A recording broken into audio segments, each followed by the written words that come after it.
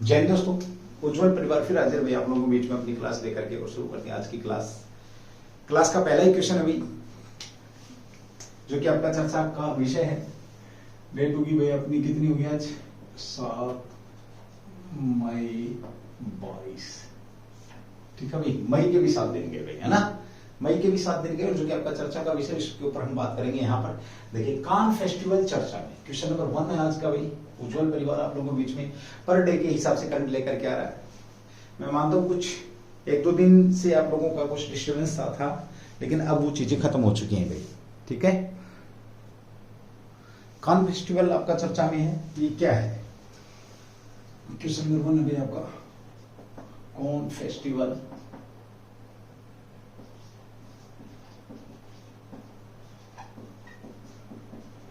चर्चा में है, क्यों?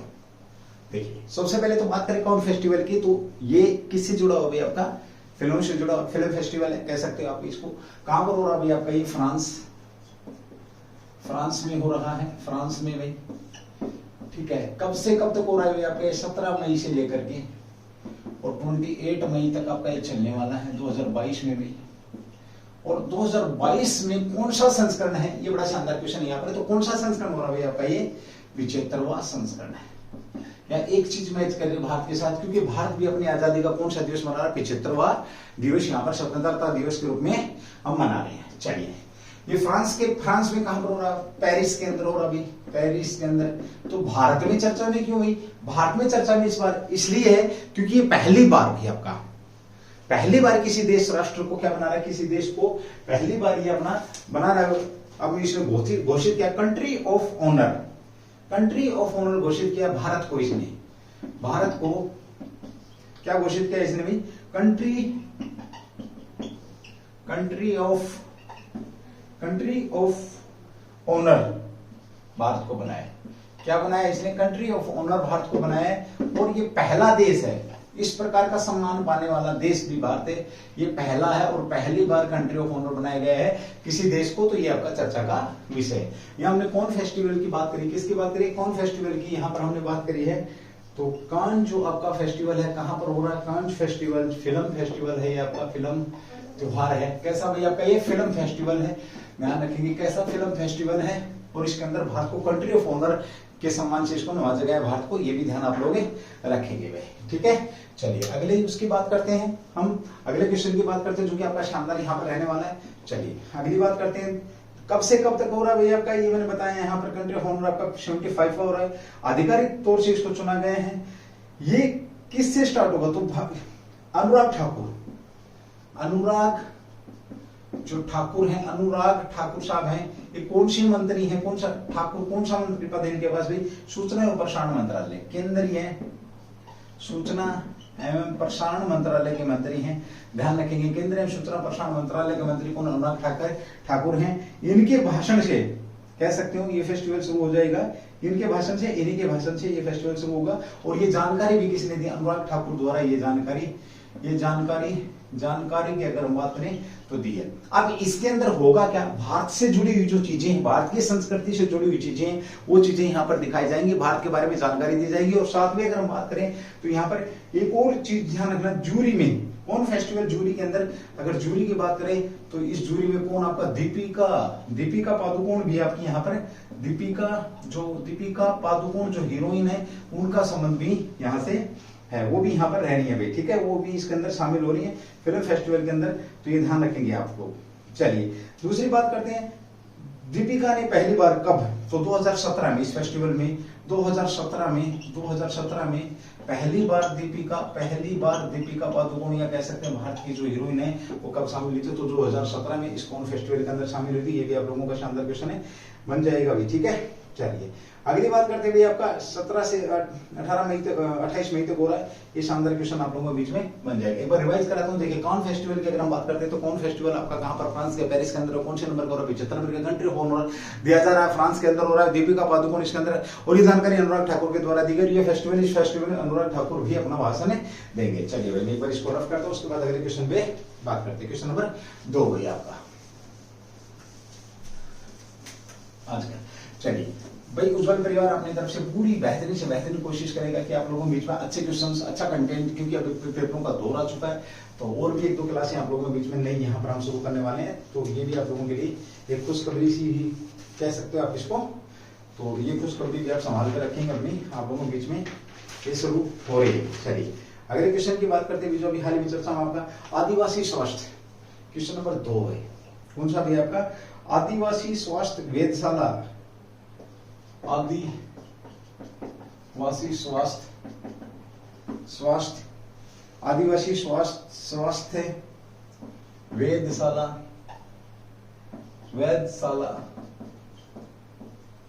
किस राज्य के द्वारा घोषित की गई है?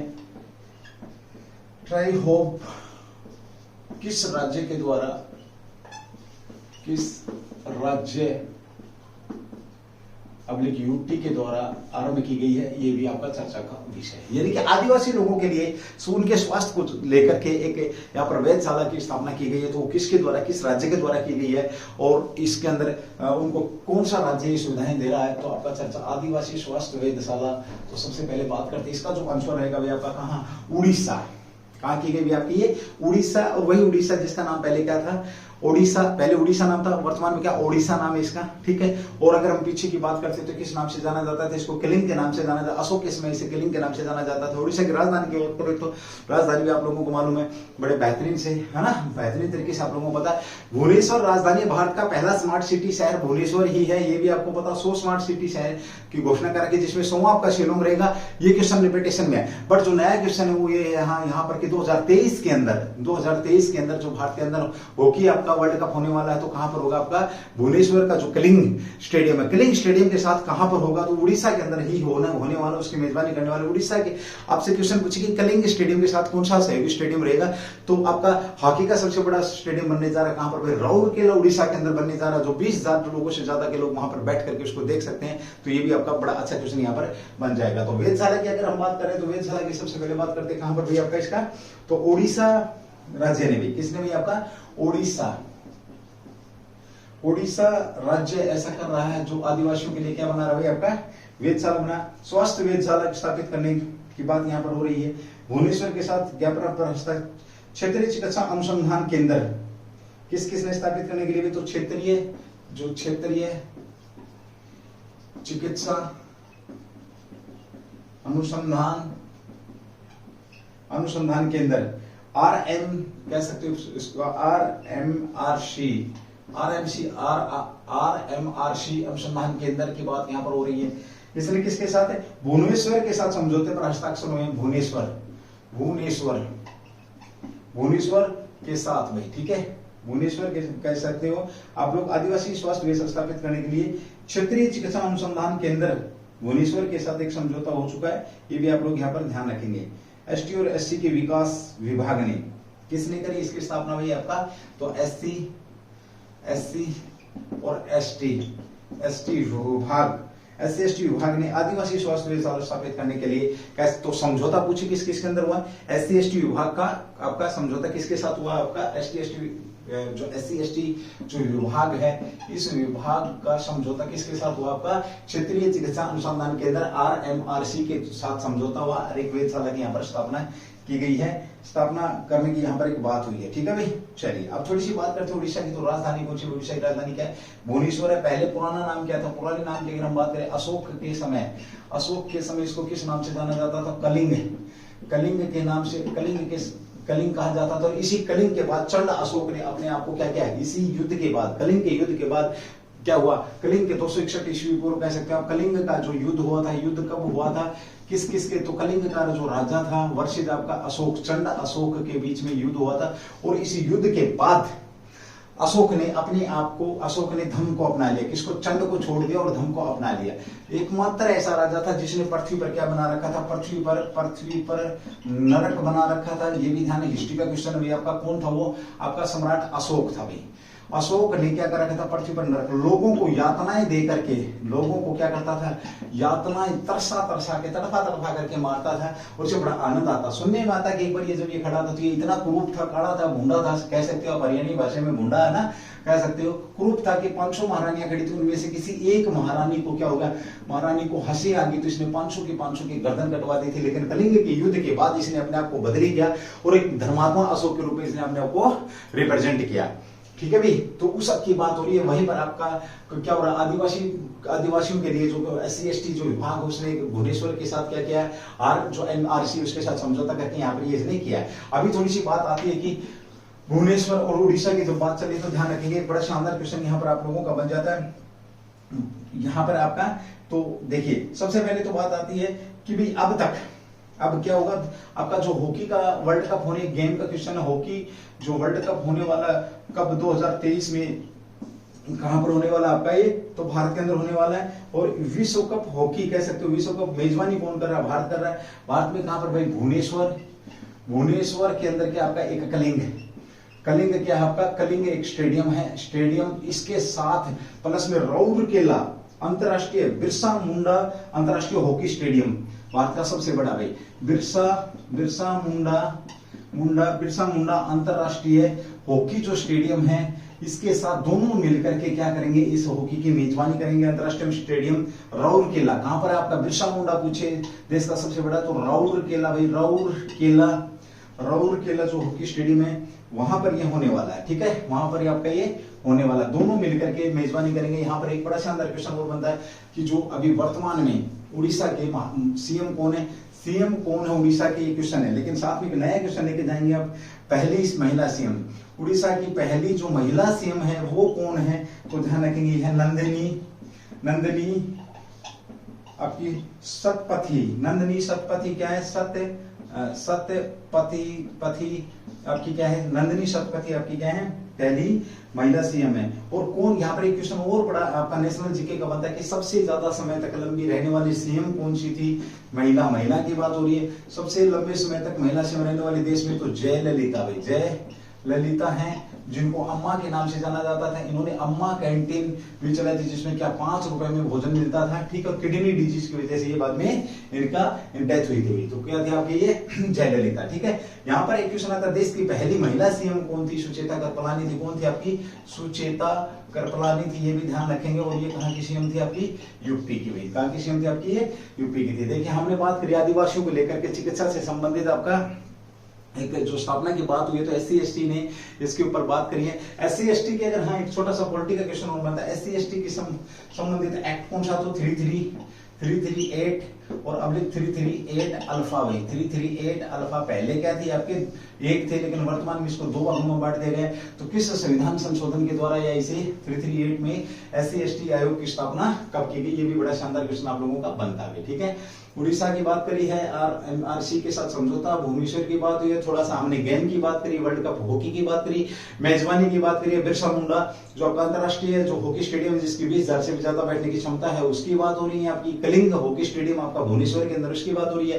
देश का सबसे पहला, देखिए देश का सबसे पहला, अगर मैं इस क्वेश्चन की बात करूं तो कम से कम 20 क्वेश्चन आपके यहाँ पर बनते हैं, अगर आप नोट कर रहे हैं तो। ठीक है, देश का सबसे पहला स्मार्ट शहर आपका भुवनेश्वर है, राजधानी भी यहीं की है। ठीक है, ये भी आप लोगों के बीच में क्वेश्चन बनता है, बड़ा शानदार क्वेश्चन आप लोगों के बीच में यहाँ पर रहेगा। फिर हमने बात करी थी उड़ीसा की पहली महिला नंदिनी सतपथी हैं। साथ ही हमने देश की पहली महिला सीएम की बात करी, तो ये कौन है आपके देश की पहली महिला सीएम, सुचेता कृपलानी जी हैं। और यहाँ पर मैं राज्यपाल की बात करूं तो सरोजिनी नायडू है। आपकी अगर सुप्रीम कोर्ट में अगर जज की बात करें तो फातिमा बीबी हैं। ठीक है भाई, और साथ ही हम यहाँ पर बात करें कि लंबे समय तक रहने वाली जयललिता, और दिल्ली की पहली सीएम अगर बात करें महिला सीएम रहने वाली कौन है, तो आपकी कौन है, वो सुषमा स्वराज है। ये भी बड़ा शानदार क्वेश्चन आप लोगों के बीच में है। और हमने इस क्वेश्चन पे बहुत सारे क्वेश्चन, इंपोर्टेंट क्वेश्चन है जो आपके बीच में बार बार रिपीट हो रहे हैं, और कुछ नए क्वेश्चन भी यहाँ पर मैं मेरे वादे के मुताबिक आप लोगों के बीच में दे रहा हूँ, जो कि आपके एग्जाम में पूछे जाने की प्रबल संभावना रहेगी। यहाँ एक क्वेश्चन मैंने लास्ट में पूछा आप लोगों से, लास्ट वाला जो क्वेश्चन है वो ये है कि भाई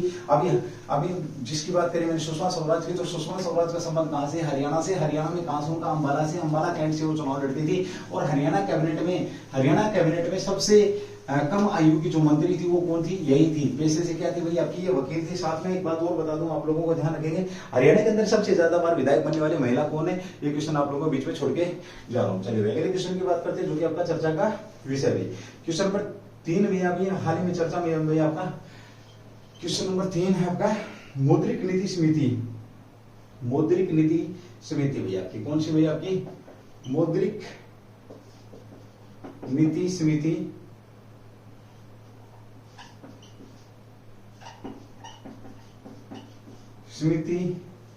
ने मई 2022 की बैठक के बाद कौन सी के बाद संशोधित रेपो दर क्या है, समिति की नई रेपो दर क्या है, रेपो दर क्या है, ये भी शानदार क्वेश्चन आप लोगों के बीच में बन जाएगा। यहाँ पर किसकी बात हो रही है भाई आपकी, रेपो दर की बात हो रही है। तो जो नई रेपो दर आई है आपकी उसकी बात यहाँ पर हो रही है।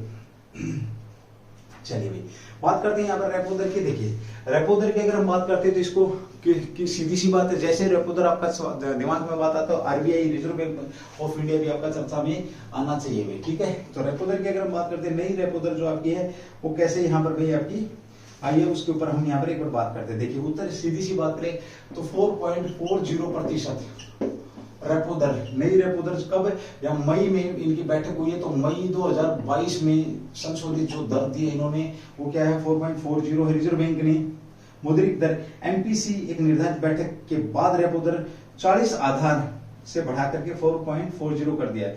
40 आधार अंकों से बढ़ा करके 6 सदस्यों ने सर्वसम्मति से उधार बनाए रखने की बात यहाँ पर हुई थी, लेकिन बात बनी नहीं हुई। मुद्रास्फीति को नियंत्रित करना तो पिछले 3 महीनों में 6 से ऊपर गई हुई है। तो यहाँ पर मुद्रास्फीति भी आपकी क्या हो रही है, लगातार बढ़ रही है। मुद्रास्फीति की दर भी यहाँ पर लगातार आप लोगों की बढ़ रही है। ये भी शानदार क्वेश्चन यहाँ पे बन जाएगा। अब बढ़ोतरी पूछे तो कितनी हुई है, बढ़ करके कितनी हुई है, तो ये 4.40 यहाँ पर क्या हुई है भाई, बढ़ करके आपकी हो चुकी है। ये क्वेश्चन आप लोगों के बीच में बन जाए। मौद्रिक नीति में सदस्यों की अगर हम बात करते तो कितने सदस्य थे, 6 सदस्य यहाँ पर मौद्रिक नीति के अंदर थे, जिसमें से 3 सदस्य आपके कहा, 3 सदस्य की अगर मैं बात करूं तो ये आरबीआई के अधिकारी थे। और 3 सदस्यों की अगर हम बात करते, 6 सदस्यों ने मिलकर इस रेपो दर पे बात करी है। 6 सदस्य टोटल है, इसके अंदर 3 सदस्य सरकार के द्वारा नॉमिनेटेड है, सरकार के कह सकते हो सरकार के व्यक्ति रहेंगे इसके अंदर, या सरकार के द्वारा नॉमिनेटेड व्यक्ति हैं। और 3 कौन रहेंगे आपके, आरबीआई के व्यक्ति यहाँ पर 3 रहने वाले। 6 सदस्य आरबीआई के जो गवर्नर है वो कौन थे भाई, गवर्नर इसके अध्यक्ष हैं। आरबीआई इसके अध्यक्ष कौन थे, तो आरबीआई के जो गवर्नर हैं वो ही इस समिति के, मौद्रिक नीति समिति के क्या है, अध्यक्ष हैं। अध्यक्ष पूछे तो आरबीआई के गवर्नर साहब ही हैं जो इसके अध्यक्ष हैं भाई, ठीक है। और वर्ष में 6 बार होती है मौद्रिक समिति समीक्षा। कितने बार होती है, हर वर्ष 2 महीने में। मौद्रिक नीति समीक्षा कितनी बार होती है, तो आपकी 2 महीने में होती है। 2 महीने में एक बार होती है भाई, एक बार आपका मौद्रिक नीति को लेकर के बातचीत होती है। अगर वर्ष की बात करें तो वर्ष में कितनी होगी आपकी, ये 6 बार इस पर चर्चा होती है, ये भी ध्यान रखेंगे। रेपो या नीति दर की भी कहते हैं, इसे क्या कहते हैं, रेपो रेट या नीति दर भी कहा जाता है। रेपो दर या मौद्रिक नीति समिति, मौद्रिक इसको रेपो रेट या देखिए इसे रेपो रेट या मौद्रिक कह सकते हो आप, इसको नीति दर कह सकते हो। मौद्रिक नीति को और क्या कह सकते हैं, नीति दर के नाम से भी इसको जाना जाता है, नीति दर भी कहा जाता है। पहले कितना था ये आपका 4% था, वर्तमान में कितना कर दिया गया है भाई आपका ये 40%, 0.40% बढ़ा करके टोटल वर्तमान में कितना होगा आपका, ये इतनी दर हो चुकी है, ठीक है। ये यहाँ पर आपका बड़ा शानदार क्वेश्चन बन जाता है, ये भी आप लोग देख लेंगे भाई, ठीक। चलिए ये बात मुद्रास्फीति को कंट्रोल करना इसका काम होता है। मौद्रिक नीति जो समिति है, ये समिति मौद्रिक नीति समिति ने जिसने भी हाल ही में रेपो रेट करी, तो इसका क्या है, इसने इसका काम किया तो मुद्रास्फीति की दर को, ये मैंने लिखा भी था थोड़ा सा, मुद्रास्फीति की दर को कंट्रोल करना।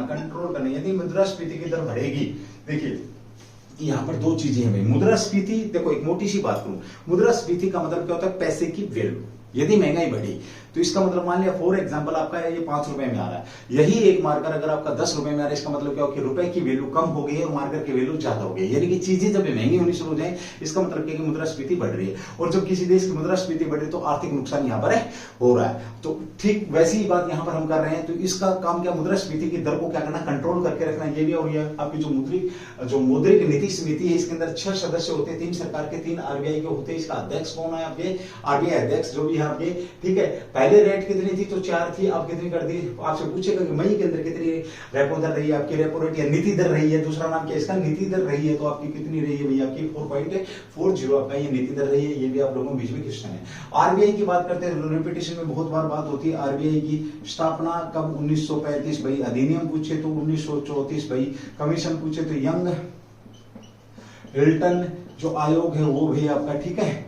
और पूछे तो राष्ट्रीयकरण पूछे तो 1 जनवरी 1949 के अंदर भाई, 1 जनवरी 1949 में इसका राष्ट्रीयकरण हुआ भाई, ठीक है। ये भी आप लोगों का शानदार क्वेश्चन बनता है। यहाँ एक क्वेश्चन आप लोगों के बीच में 14 बैंकों का राष्ट्रीयकरण कब किया गया था, तो 1969 में किया गया था, लेकिन 6 बैंकों का और राष्ट्रीयकरण हुआ था। तो बैंकों का राष्ट्रीयकरण कभी किया गया, और जब बैंकों की बात चली तो अभी हाल ही में बड़ा शानदार क्वेश्चन आप लोगों का ना, बैंकों के लिए जब आरबीआई की बात हुई है तो आरबीआई ने कौन सा आदेश जारी किया जो कि आपका चर्चा में था, यानी कि बैंकों के लिए आरबीआई ने एक आदेश जारी किया। उस आदेश के तहत क्या, 1 घंटा फालतू अब बैंकों में काम करना पड़ेगा भाई, काम करना पड़ेगा कर्मचारियों को। और इसका फायदा किसको होने वाला है, जो लोग वहां पर जो ग्राहक है बैंक के, यानी कि अब जो पहले बैंक आपके कितने बजे खुलते थे, ध्यान रखेंगे 10 बजे से लेकर के 10 AM से लेकर के 5 PM तक रहते थे आपके, 10 AM से लेकर के और 5 PM तक, 5 PM तक आपके बैंक खुलते थे। अब यही आपका भाई इस टाइम में कोई चेंजमेंट नहीं, इसमें चेंज कर दिए गए 9 AM से लेकर के आपके और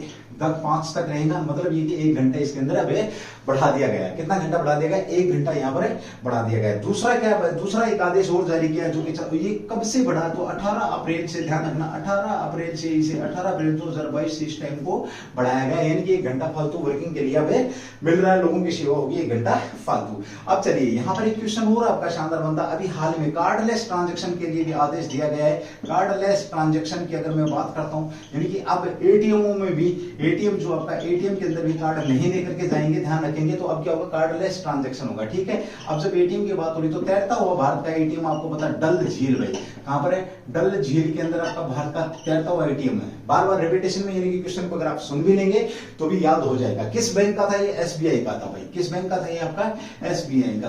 मीठे पानी की झील सबसे बड़ी कौन सी झीलों की जब बात हो रही तो वोलर झील, ये भी कहां पर आपकी, जेएंडके के अंदर भाई, कहां पर आपकी, जेएंडके। खारे पानी की झील कहां पर आपकी, चिल्का जो झील है ये कहां पर है, ये ध्यान रखेंगे, ठीक है भाई। साथ ही अब जब एटीएम की बात चली थी तो देश का पहला ग्रेन एटीएम, हरियाणा का क्वेश्चन है, देश का पहला ग्रेन एटीएम कहां पर लगाया गया, तो ये गुरुग्राम के अंदर लगाया गया। गुरुग्राम के अंदर कहां पर भैया आपका, गुरुग्राम के अंदर कहां पर लगाया गया, फरूख नगर के अंदर लगाया गया, फरूख नगर के अंदर लगाया। और फरूख नगर रेलवे लाइन की अगर मैं बात करूं, बिछाने की जब बात हुई थी, कभी हिस्ट्री का क्वेश्चन बनता तो किसके लिए, नमक लाने के लिए रेलवे लाइन के बिछाने की बात यहाँ पर फरूख नगर के अंदर की गई थी, ठीक है। चलिए दूसरी बात करते हैं, देश का पहला हेली हब भी आपका कहां पर बनना, आपका हेली हब भी आपका गुरुग्राम के अंदर बनना है। ये भी बड़ा शानदार क्वेश्चन यहाँ पर बन जाएगा। देश का पहला सबसे बड़ा सोलर आपका इलेक्ट्रिक जो बैटरी का चार्जिंग स्टेशन पॉइंट बनाया गया था, तो वो भी कहां पर था, आपका गुरुग्राम के अंदर था। बड़ा शानदार क्वेश्चन था मौद्रिक नीति को लेकर के। और अब आगे बढ़ते हैं भाई, क्योंकि कोविड की वजह से ना ये सारा कुछ अस्त व्यस्त हो रहा है और युद्ध चल रहा है भी आपका, उस युद्ध को लेकर के भी बहुत सारी बातें आपकी यहाँ पर बनती है भाई। चलिए ठीक है, अगले क्वेश्चन की बात करते हैं। आप इसी प्रकार से एक एक क्वेश्चन को याद करेंगे भाई। एक एक क्वेश्चन जब तक लिखना है, चाहे 10 बार लिखना पड़े आपको, हर क्लास के अंदर भी अगर वो क्वेश्चन आ रहा है तो लिखना पड़े तो लिख लेना भाई। जब तक तुम्हें ये याद ना लगे हाँ इस क्वेश्चन का आंसर मुझे पता है, तब तक उसका लिखने का पीछा नहीं छोड़ना, क्योंकि लिखी हुई चीज को आप कभी भूलते नहीं है। ये भी आप लोगों के बीच में बड़ा शानदार क्वेश्चन था और ये ध्यान रखेंगे आप, लिखी हुई चीज को कभी भी भूला नहीं जाता। चलिए भाई अगले क्वेश्चन की बात करते हैं। क्वेश्चन नंबर 4 जो आपका भी तटरक्षक बल, क्वेश्चन नंबर 4 भाई आपका तटरक्षक बल चर्चा में है क्यों भाई? अभी वर्तमान में क्या तटरक्षक जो बल है, बल चर्चा में है क्यों? तटरक्षक बल यानी कि जो तटरक्षक जो सशस्त्र बल है आपका चर्चा में, आपको पता है क्या करता है ये भाई तटरक्षक बल? जैसे समुद्र के ऊपर नजर रखने का काम किया, समुद्र पर सुरक्षा का काम किया है, तो इन्हीं का ही है। आमतौर पे जैसे सिविलियन के साथ मिलकर के भी, जैसे मछुआरे वगैरह उनको देखना, जैसे कोई बाहर से कोई इलीगल चीज नहीं आ रही है, इस टाइप की सारी चीजें की जिम्मेवारी किसकी होती है? आपकी तटरक्षक बल की यहाँ पर बात हो रही है। तटरक्षक बल चर्चा में है भाई आपका। इसकी अगर हम थोड़ी सी बात करें तटरक्षक बल की, तो स्थापना कब थी? 18 अगस्त 1978 में। कब की गई थी इसकी स्थापना? 18 अगस्त 1978 के अंदर इसकी क्या की गई? स्थापना की गई है। ध्यान रखेंगे, स्थापना अगर पूछते हैं स्थापना तो कब हुई इसकी? 18 अगस्त में 1978 में हुई, ठीक है। अधिनियम पूछे तो ये बड़ा शानदार क्वेश्चन है। तो अधिनियम की अगर हम बात करें तो तटरक्षक अधिनियम, तटरक्षक अधिनियम 1978 के तहत ही इसकी स्थापना की गई थी तटों की सुरक्षा के लिए। उद्देश्य क्या था भाई? उद्देश्य था तटों पर शांति बनाए रखना, शांति और सुरक्षा बनाए रखना। आपको पता है एक हमला भारत के ऊपर हुआ था जो टेररिज्म ने किया था, तो वो लोग कहां से? पानी के रास्ते ही भारत के अंदर घुसे थे। ठीक है, चलिए भाई अगली बात करते हैं। अभी चर्चा में क्यों है ये? अभी चर्चा की अगर हम बात करते हैं तो चर्चा में इसलिए बात में कोच्चि के नमुस्त्री में तटरक्षक वायु एनक्लेव में अपना दूसरा एयर स्क्वाड्रन कमीशन किया इन्होंने। क्या किया देखिए, कोच्चि के अंदर भाई आपका कोच्चि के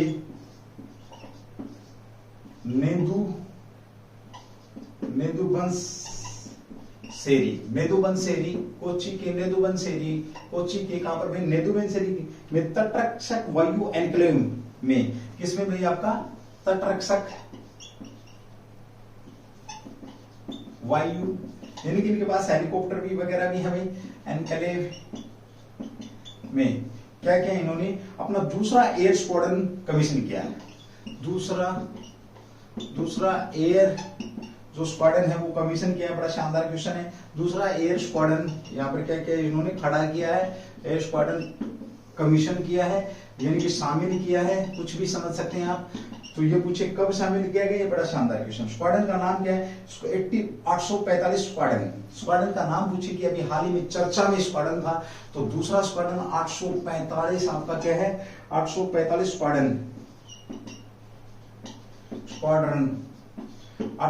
स्क्वाड्रन को क्या किया है इन्होंने?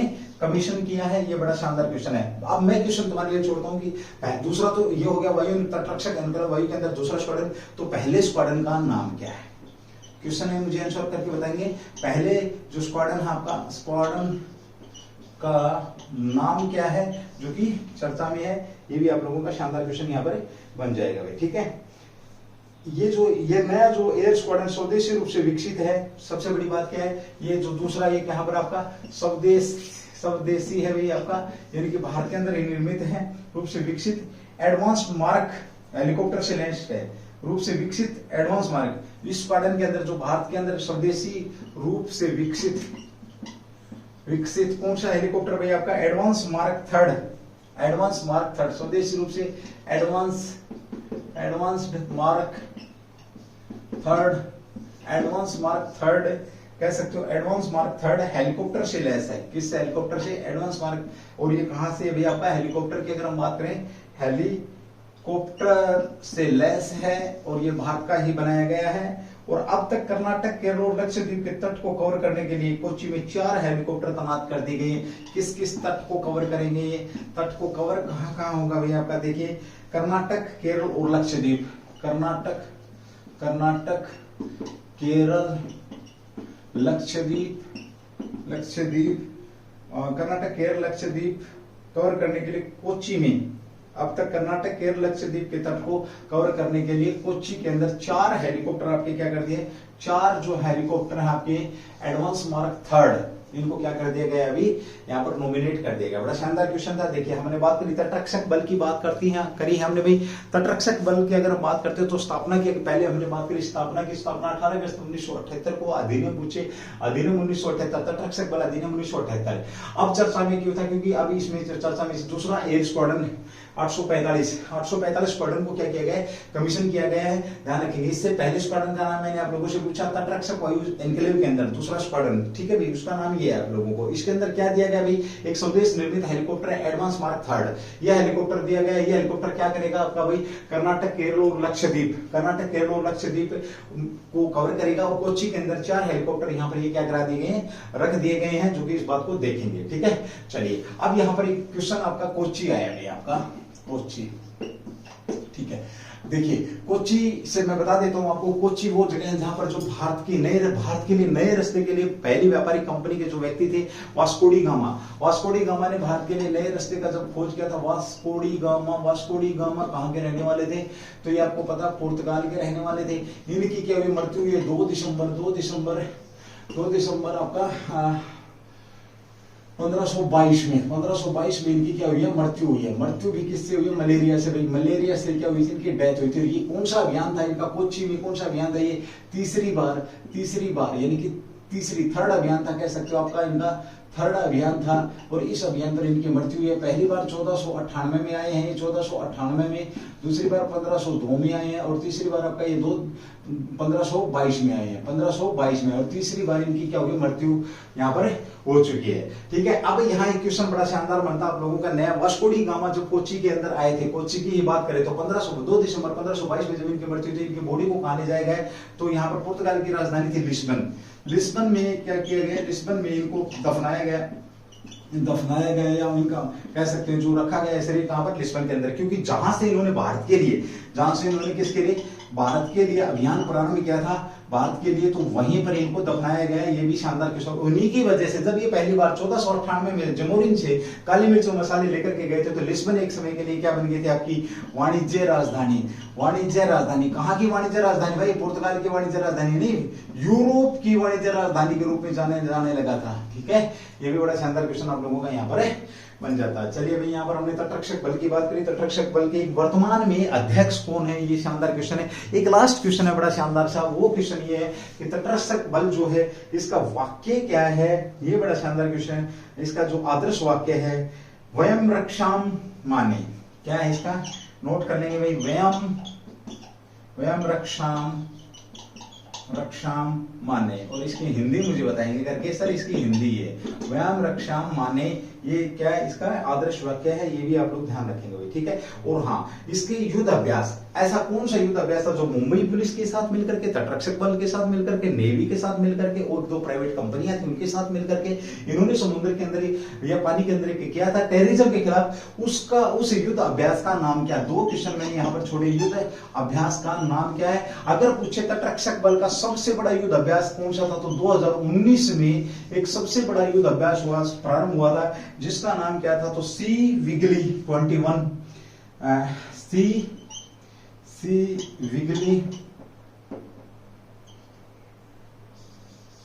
21 जो आपका 2021 में हुआ था। ठीक है, और 2019 में इसका पहला संस्करण हुआ था। पहला संस्करण कब हुआ था इसका, 21 के अंदर 19 में हुआ था, ध्यान रखेंगे। और दूसरा कब हुआ इसका, दूसरा संस्करण, और ये सबसे बड़ा युद्ध अभ्यास था। 13 तटों को इसकी देखरेख के अंदर शामिल किया जाता है। चलिए अगले क्वेश्चन की बात करते हैं, क्वेश्चन नंबर 5। इसी प्रकार से बहुत शानदार क्वेश्चन, बेहतरीन कंटेंट आप लोगों के बीच में आता रहेगा भाई। आप बस पढ़ते रहिए, सुनते रहिए, देखते रहिए, आप अपना नोट्स तैयार करेंगे।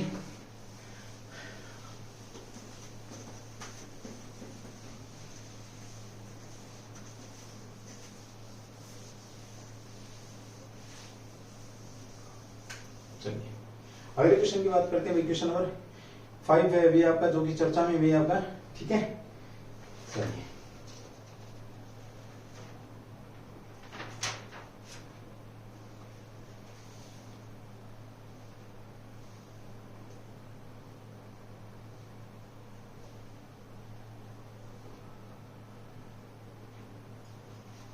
क्वेश्चन नंबर 5 भाई आपका, एडवांस होड artillery gun system, advance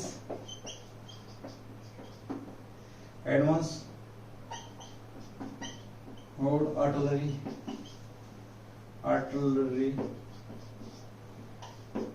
gun system, advance होड आर्टिलरी गन सिस्टम का सफल परीक्षण किसके द्वारा किया गया, का परीक्षण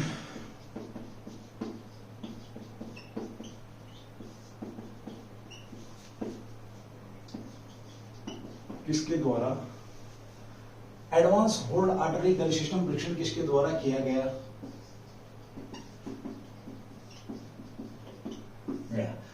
सीधी सी बात करें, 2 ही लोग करते हैं। पहला कौन आपका भाई, पहले डीआरडीओ, तो इसका किसने किया है, डीआरडीओ। और परीक्षण, सफल परीक्षण अगर शब्द आ जाए तो ध्यान रखना, 2 ही चीजें आपके बीच में आती हैं। एक आपकी अंतरिक्ष एजेंसी है, एक आपकी डिफेंस रिसर्च डेवलपमेंट ऑर्गेनाइजेशन है, एक आपका क्या है, डीआरडीओ। तो इसका जो सफल परीक्षण किया किसने किया, डीआरडीओ ने। डीआरडीओ के हेडक्वार्टर की अगर हम बात करते हैं तो कहां पर आपका ये दिल्ली के अंदर है, ये भी आप लोगों को पता है।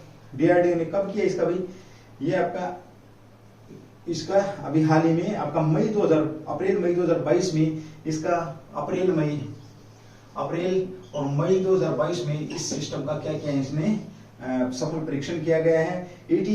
ATAGS कह सकते हो आप इसको,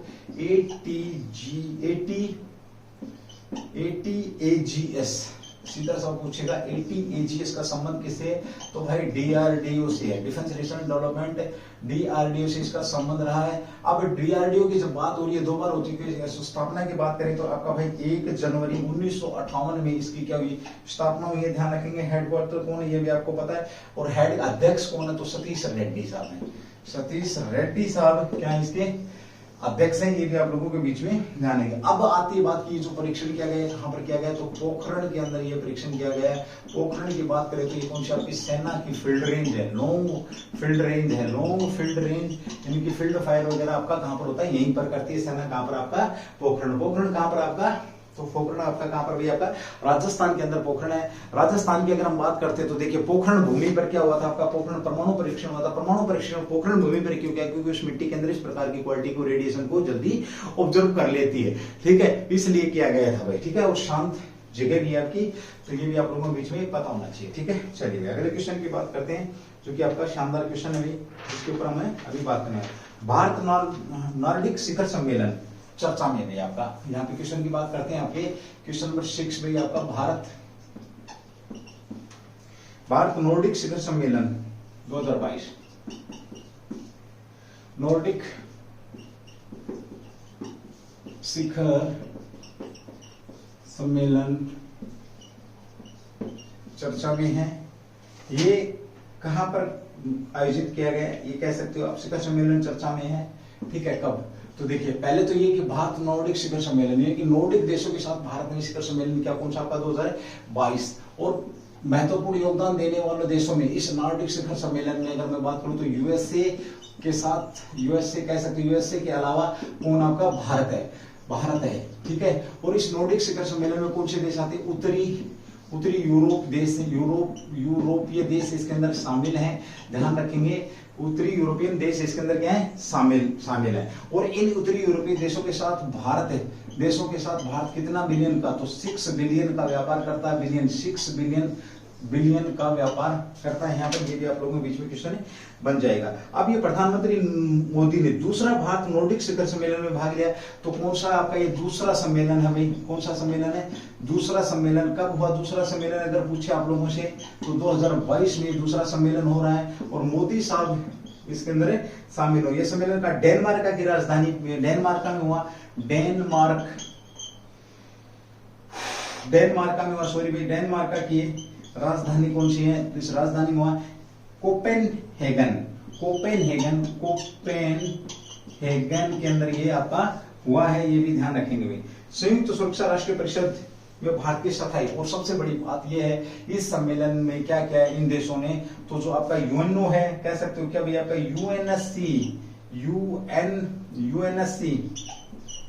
यूएनएससी में संयुक्त राष्ट्र सुरक्षा परिषद, यूएनएससी संयुक्त राष्ट्रीय सुरक्षा परिषद, संयुक्त राष्ट्रीय सुरक्षा परिषद जो है आपकी, यानी कि महासभा, उसके बाद आपका सुरक्षा परिषद है, जिसको दुनिया के पुलिस थाने के नाम से जाना जाता है, दुनिया का पुलिस थाना भी कहा जाता है। ध्यान रखिए किसका भाग आपका ये यूएनओ, यूनाइटेड नेशन ऑर्गेनाइजेशन का भाग है।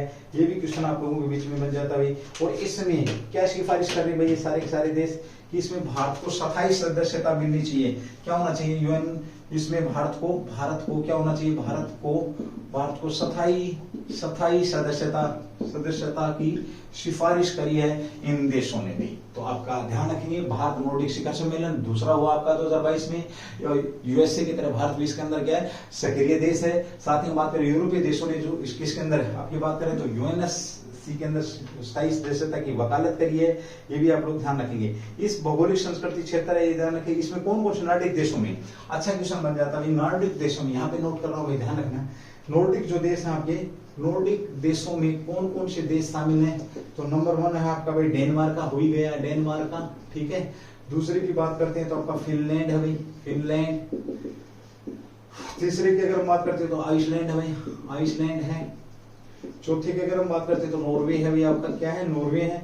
फिर क्या आपका स्वीडन है, स्वीडन पांचवा कौन सा देश बन गया आपका, स्वीडन बन गया भाई, ठीक है।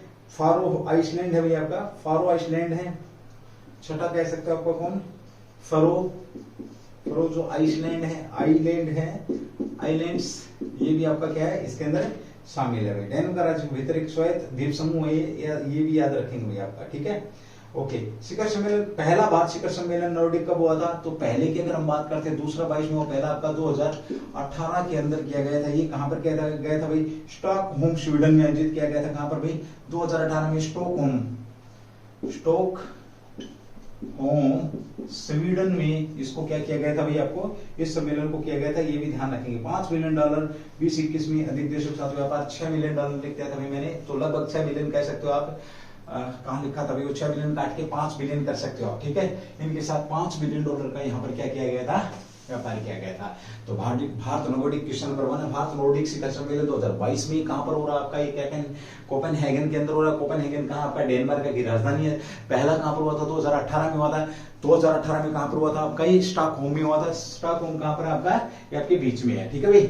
चलिए इसके अंदर शामिल देशों की बात करते हैं, डेनमार्क का, फिनलैंड, आइसलैंड आपका, नॉर्वे, स्वीडन, और ये आपका क्या है, 4 आइलैंड है। ये क्या आपका एक स्वायत्त राज्य है जो कि डेनमार्क में के साथ ही है। ओके, इसी के साथ हम बात करते हैं अगले क्वेश्चन की। तो अगला क्वेश्चन इसके अंदर क्या था कि इन देशों ने भारत को किसमें, यूएनएससी यानी कि जो आपका यूएनओ का एक भाग है, जो सुरक्षा परिषद के स्थायी सदस्यता की इसने इन्होंने क्या करी, सिफारिश की भारत को यहाँ पर स्थायी सदस्य होना ही होना चाहिए। चलिए अगले क्वेश्चन की बात करते हैं, एक बार इसको रफ करो उसके बाद आगे बढ़ते हैं। क्वेश्चन नंबर आपका 7,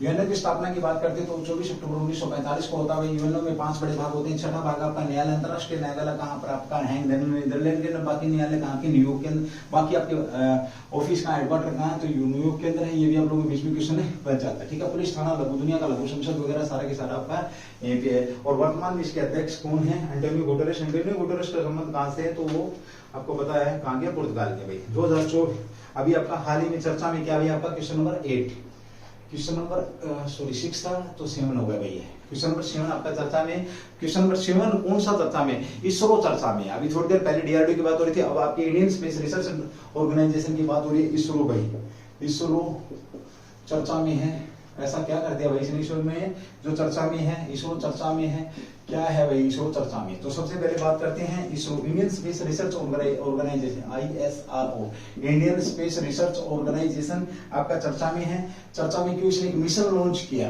गया हाल ही में, मिशन लॉन्च करने की इसने क्या करी है, बात करी है, इस वजह से ये चर्चा में है। सबसे पहले पूछे, भारत की अंतरिक्ष एजेंसी के तौर पे किसको जाना जाता है, तो इन्हें ही जाना जाता है, भारत की अंतरिक्ष एजेंसी भाई। भारत की क्या रहेगी, अंतरिक्ष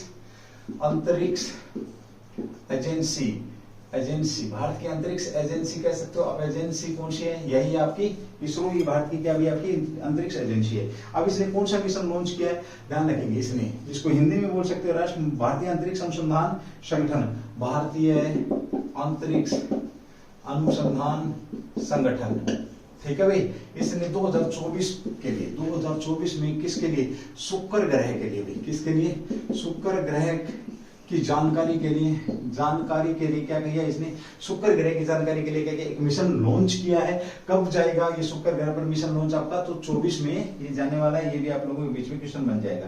अंतरिक्ष यान लॉन्चिंग यहाँ पर बात हो रही है, ठीक है। ये क्या करेगा, 24 में जाकर के शुक्र जो ग्रह है, ग्रह की सतह का अध्ययन करेगा, जानकारी लेगा। ये सारी की सारी चीजें आपकी ये करने वाला है भाई, ठीक है। स्क्रेच ज्वालामुखी हॉटस्पॉट, सारी चीजें यहाँ पर ये बीच में आप लोगों के बीच में आ जाएंगी।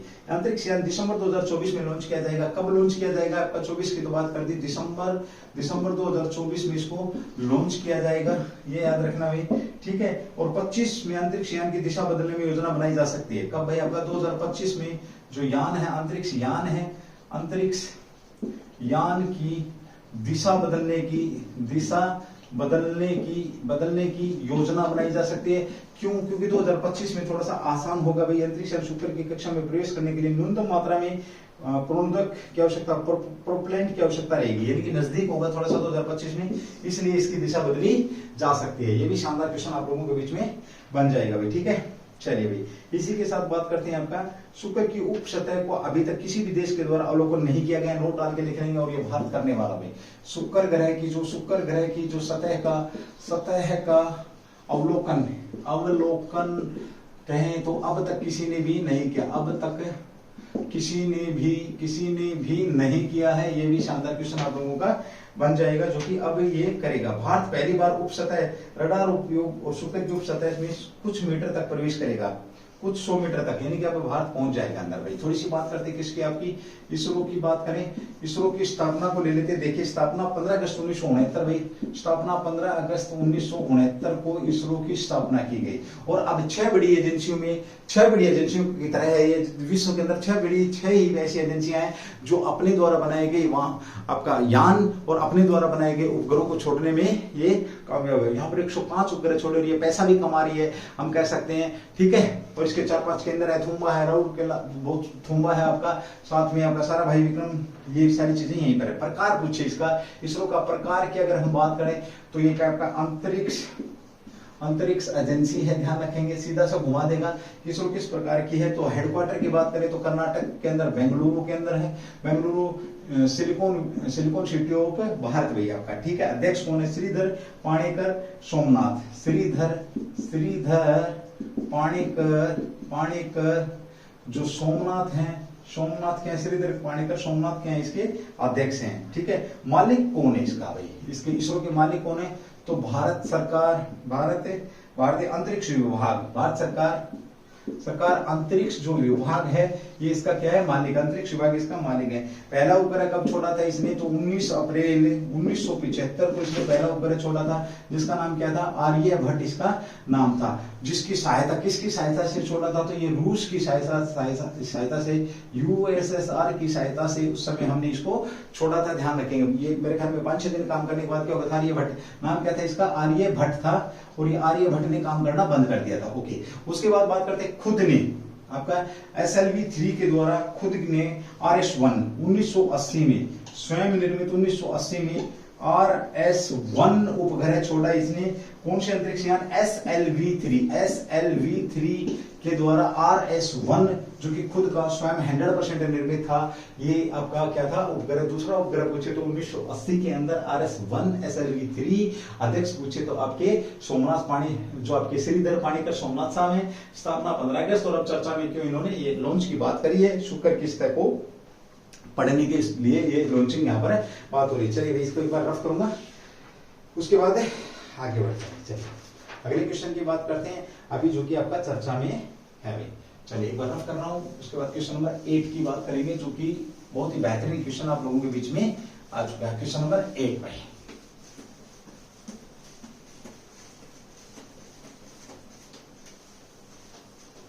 नोट्स जरूर बनाएंगे भाई, एक शब्द नोट करेंगे, ये ना केवल आपके लिए बल्कि आने वाले समय के लिए आपको बहुत बेहतरीन से बेहतरीन आप लोगों के बीच में ये चीजें आते रहेंगी भाई। चलिए ठीक है, बहुत बेहतरीन काम आएंगे आप लोगों में। क्वेश्चन नंबर 8 में आपका जो कि चर्चा में भाई, बॉर्डर रोड ऑर्गेनाइजेशन चर्चा में था भाई, BRO चर्चा में है भाई। 3 ही तो संस्थाएं हैं भारत के अंदर जो मुख्य तौर पे, इसरो, DRDO और BRO ने तो आंधी ला रखी है भाई।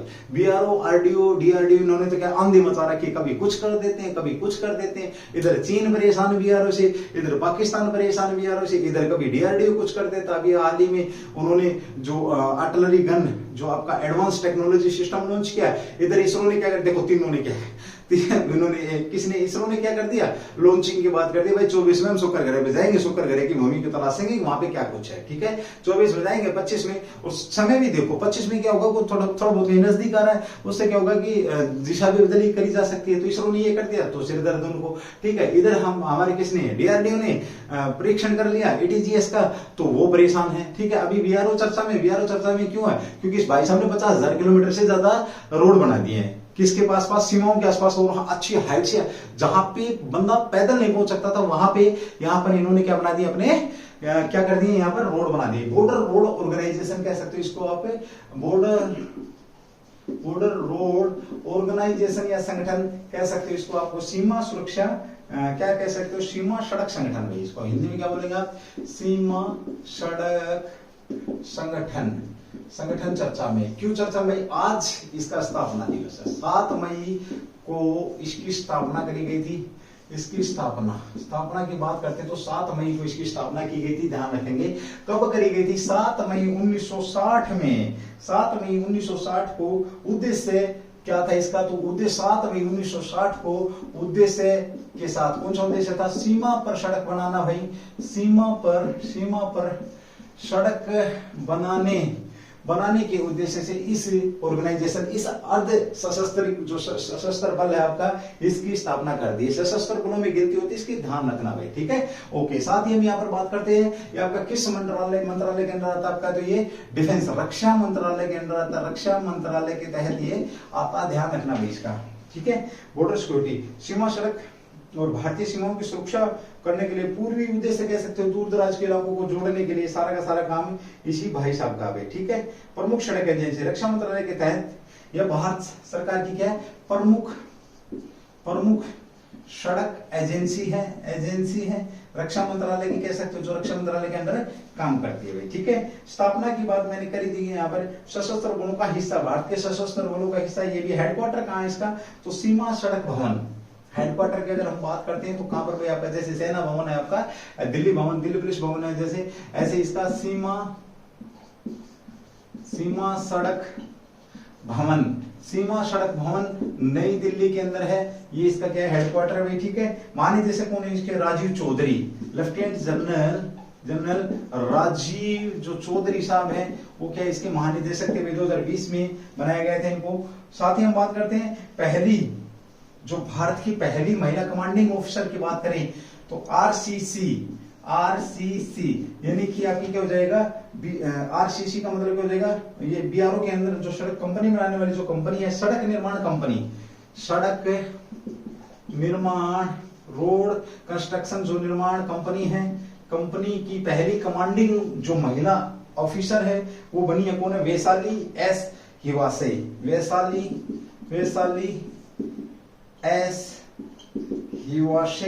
इसकी पहली महिला कमांडिंग ऑफिसर बनी है, ठीक है। पहली महिला commanding officer RCC, road construction company किसकी?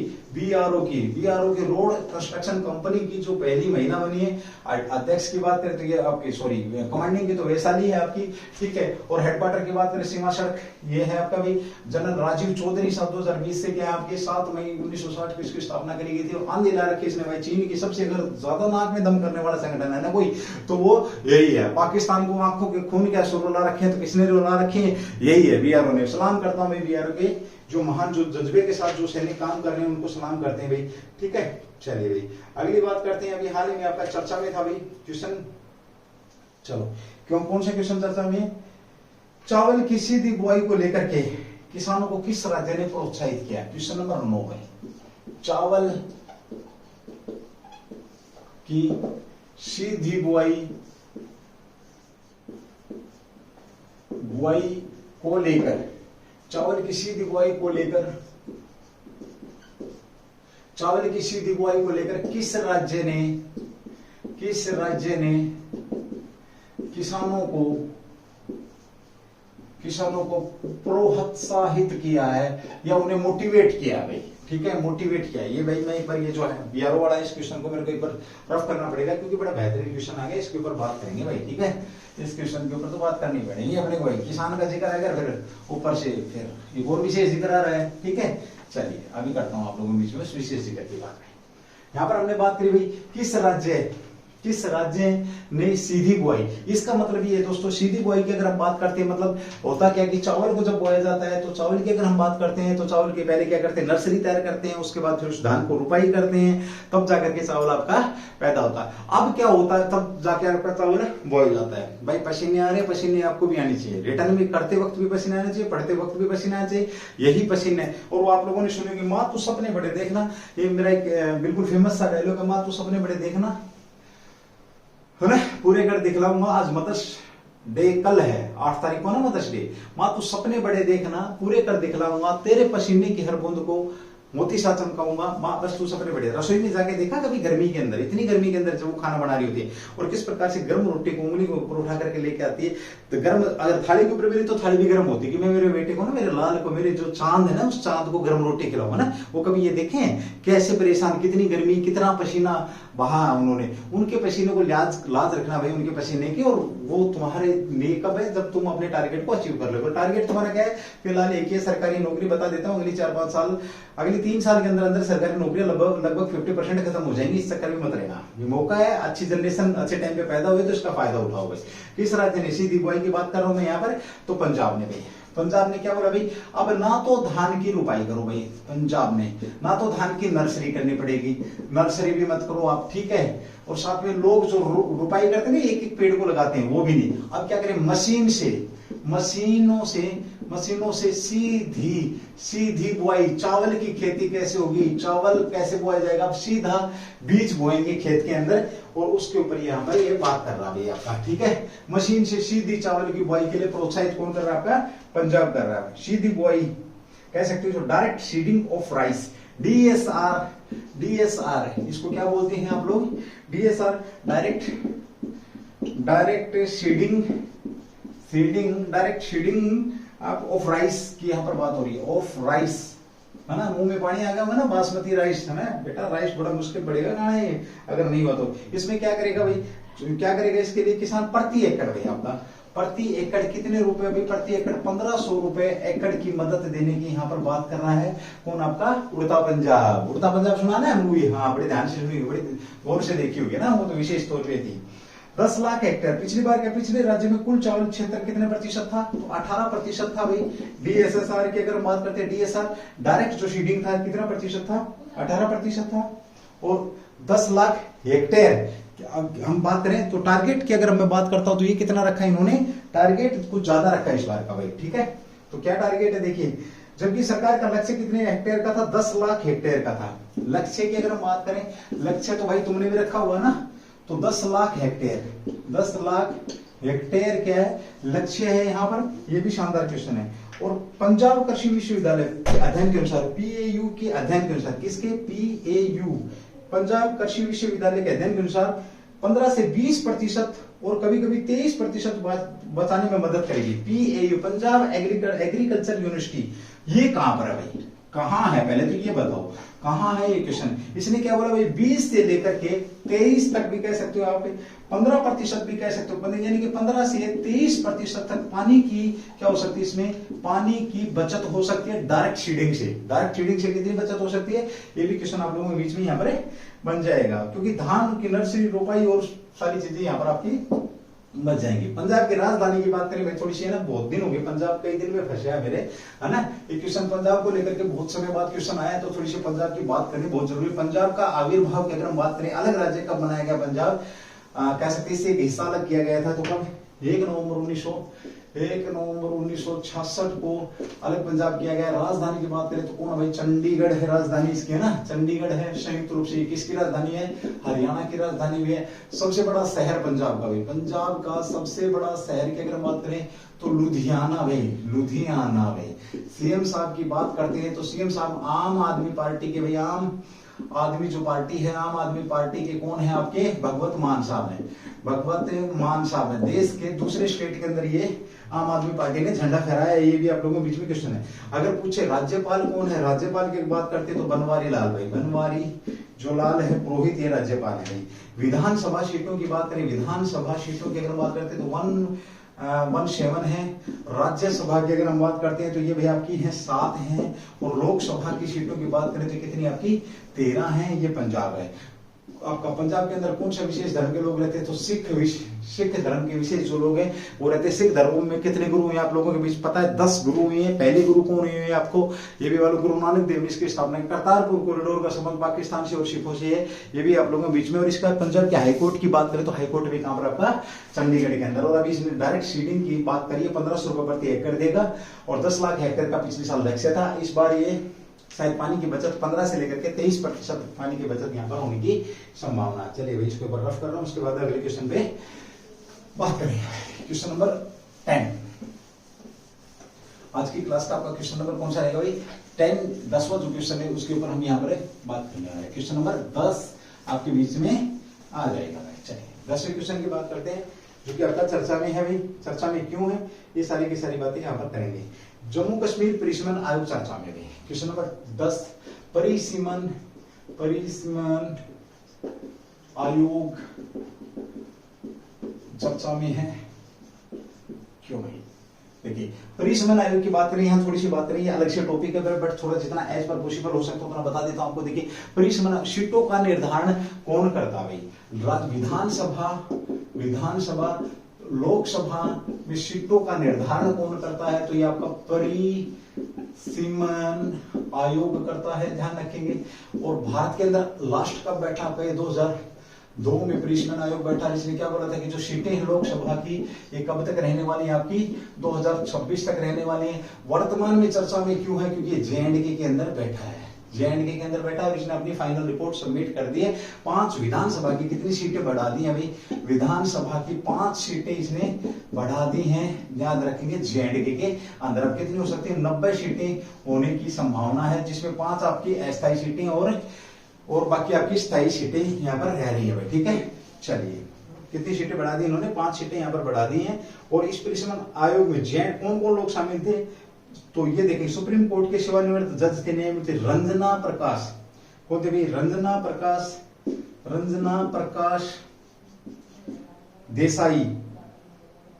प्रकाश देसाई इसके अंदर शामिल थे। नंबर 1 आपके अगर हम बात करते हैं तो सुप्रीम कोर्ट के सेवानिवृत्त न्यायाधीश न्यायमूर्ति रंजना प्रकाश देसाई थे। दूसरे मुख्य चुनाव आयुक्त कौन है आपके, तो मुख्य चुनाव आयुक्त भी थे, मुख्य चुनाव आयुक्त कौन आपके, सुशील चंद्रा भी क्या थे, शामिल थे इसके अंदर। और कौन थे, राज्य चुनाव आयुक्त, JNK राज्य चुनाव जो आयुक्त हैं वो कौन थे भाई आपके, के शर्मा यहाँ पर बैठे हुए थे भाई। 3 लोग ये थे और इसके पैदल सदस्य थे। परिसीमन आयोग अंतिम रिपोर्ट जारी कर दी है और यहाँ पर ध्यान रखेंगे प्रत्येक में 47 और 43 सीटें आवंटित की गई हैं। कश्मीर के लिए 47 सीटें हैं, कश्मीर के लिए कितनी भी 47 सीटें कश्मीर के लिए हैं और 43 सीटें जम्मू के लिए आवंटित की गई। कितनी भी 43 सीटें जम्मू के लिए कितनी 43 सीटें यहाँ पर आवंटित की गई हैं। 5 संसदीय क्षेत्रों की, जिसमें से प्रत्येक 18 विधानसभाओं में प्रत्येक 18 विधानसभा में एक आपका MP होगा। तो MP कितने होंगे आपके, 5 होंगे, ठीक है। परिसीमन आयोग यहाँ कब से बैठा, 2020 से बैठा है। फिर 2 बार कार्यकाल, यहाँ पर पूछे कितनी बार, तो 2 बार कार्यकाल परिसीमन आयोग का क्या किया गया था, यहाँ पर विस्तार दिया गया था। और अभी हाल में चर्चा में क्यों है, क्योंकि आपको पता है रंजन प्रकाश देसाई जो न्यायमूर्ति हैं, मुख्य चुनाव सुशील चंद्रा और के शर्मा ने अपनी रिपोर्ट यहाँ पर सौंप दी है, जिसके तहत इसमें 43 सीटें कह सकते हैं। ये सीटें आपकी क्या कर दी है उन्होंने, 90 सीटें होने की यहाँ पर बात कर दी है, ठीक है। 18 विधानसभा सीटों पर एक MP होगा। और इसका हालांकि विरोध किया जा रहा, पाकिस्तान रो रहा है अपनी तरफ से, चीन भी रोएगा सुनकर के JNK में, तो पीपुल्स पार्टी वाले वो जो महबूबा मुफ्ती है ना, वो भी रो रही है, साथ में और भी बहुत सारे लोग रो रहे हैं, रोते नहीं, करने वालों ने काम कर दिया। तो ये चर्चा का विषय भी है आप लोगों का, ये भी बड़ा अच्छा क्वेश्चन आप लोगों के बीच में बन जाएगा भाई, ठीक है। 5 स्थायी सीटों की यहाँ पर बात कर दी गई है। अगले क्वेश्चन की बात करते हैं जो कि आपका चर्चा में है भाई, और बहुत बेहतरीन क्वेश्चन है हाल ही में। चलिए भाई, 2030 तक किस राज्य ने, किस केंद्र शासित प्रदेश ने हाल ही में, तो क्वेश्चन नंबर 11 भाई आपका, क्वेश्चन नंबर 11,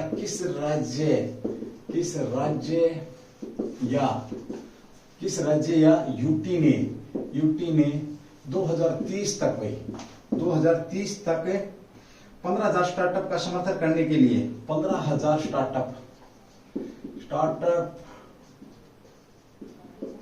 का समर्थन करने के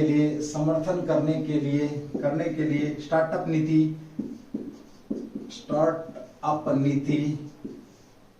नीति पारित करी है भाई। किस राज्य ने या किस यूटी ने, तो सबसे पहले कितना 2030 की बात कर रहा, तो किस राज्य ने भाई आपका, दिल्ली यूटी ने। किसने करी है भाई आपकी, ये दिल्ली ने इसकी घोषणा करी है। दिल्ली ने क्या घोषणा करी है कि भाई हम 15,000 स्टार्टअप 2030 तक यहाँ करेंगे, ये एक नीति बनाई है इन्होंने, दिल्ली सरकार का इरादा है भाई ये, ठीक है। कि उद्देश्य राजधानी को एक अंतरराष्ट्रीय स्टार्टअप हब में बदलना है। उद्देश्य क्या है, दिल्ली को अंतरराष्ट्रीय स्टार्टअप हब में बदलना, ये इसका क्या है, उद्देश्य है। ये भी शानदार क्वेश्चन आप लोगों का यहाँ पर बन जाता है, ठीक है। इसकी अध्यक्षता दिल्ली सरकार के वित्त मंत्री करेंगे।